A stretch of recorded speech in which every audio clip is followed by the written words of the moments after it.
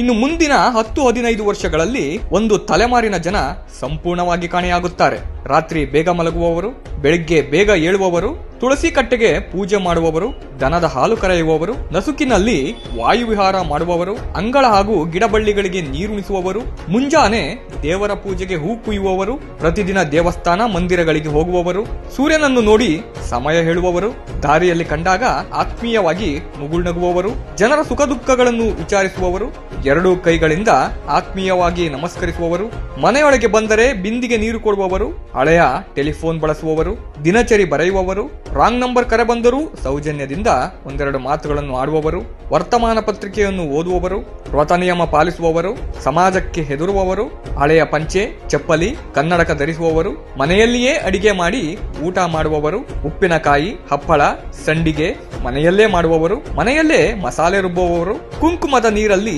ದೃಷ್ಟಿ ತೆಗೆಯುವವರು, ಮಗುವಿಗೆ ಎಣ್ಣೆ ಹಚ್ಚಿ ಸ್ನಾನ ಮಾಡಿಸುವವರು, ಬೀದಿ ಬದಿಯ ವ್ಯಾಪಾರದವರೊಡನೆ ಚೌಕಾಸಿ ಮಾಡುವವರು, ಮಕ್ಕಳನ್ನು ಮನೆಯಲ್ಲಿ ಬೆಳೆಸುವವರು, ಮಕ್ಕಳ ಜೊತೆ ಆಟ ಆಡುವ ತಂದೆ ತಾಯಿಯರು, ಅಜ್ಜ ಅಜ್ಜಿಯರ ಜೊತೆ ಆಡುವ ಮೊಮ್ಮಕ್ಕಳು, ಕೂಡೂರಿ ಕೂಡು ಓಡಾಡುತ್ತಿದ್ದ ಮುತ್ತಜ್ಜ ಮುತ್ತಜ್ಜಿಯರು, ಮೊಮ್ಮಕ್ಕಳಿಗೆ ಕತೆ ಹೇಳುವ ಅಜ್ಜ ಅಜ್ಜಿಯರು, ಮನೆಯಲ್ಲಿ ತಮ್ಮ ತಂಗಿಯರಿಗೆ ಪಾಠ ಹೇಳುತ್ತಿದ್ದ ಅಣ್ಣ ಅಕ್ಕಂದಿರು, ಚಿಕ್ಕಪ್ಪ ಚಿಕ್ಕಮ್ಮ, ದೊಡ್ಡಪ್ಪ ದೊಡ್ಡಮ್ಮ, ಅಣ್ಣ ತಮ್ಮ, ಅಕ್ಕ ತಂಗಿ, ಸೋದರ ಮಾವ ಸೋದರ ಅತ್ತೆ, ಸೋದರ ಅಳಿಯ, ಸೋದರ ಸೊಸೆ, ಭಾವ ನಾದಿನಿ, ಬಾಮೈದ ಮೈದ, ನೆಗಿಣ್ಣಿಯರು, ಚಿಕ್ಕ ಮಾವ ಚಿಕ್ಕ ಅತ್ತೆ, ದೊಡ್ಡ ಮಾವ ದೊಡ್ಡ ಅತ್ತೆ, ದೊಡ್ಡ ಅಜ್ಜಿ ದೊಡ್ಡ ಅಜ್ಜ, ಚಿಕ್ಕ ಅಜ್ಜ ಚಿಕ್ಕ ಅಜ್ಜಿ, ಇನ್ನೂ ಅನೇಕ ಪದಗಳು ಸಮಾಜದ ಬಳಕೆಯಿಂದ ಕಾಣೆಯಾಗಲಿದೆ. ಈಗ ನಿಮಗೆ ಯಾರಿಗಾದರೂ ಮೇಲಿನ ಬಂಧು ಬಾಂಧವರು ಇದ್ದರೆ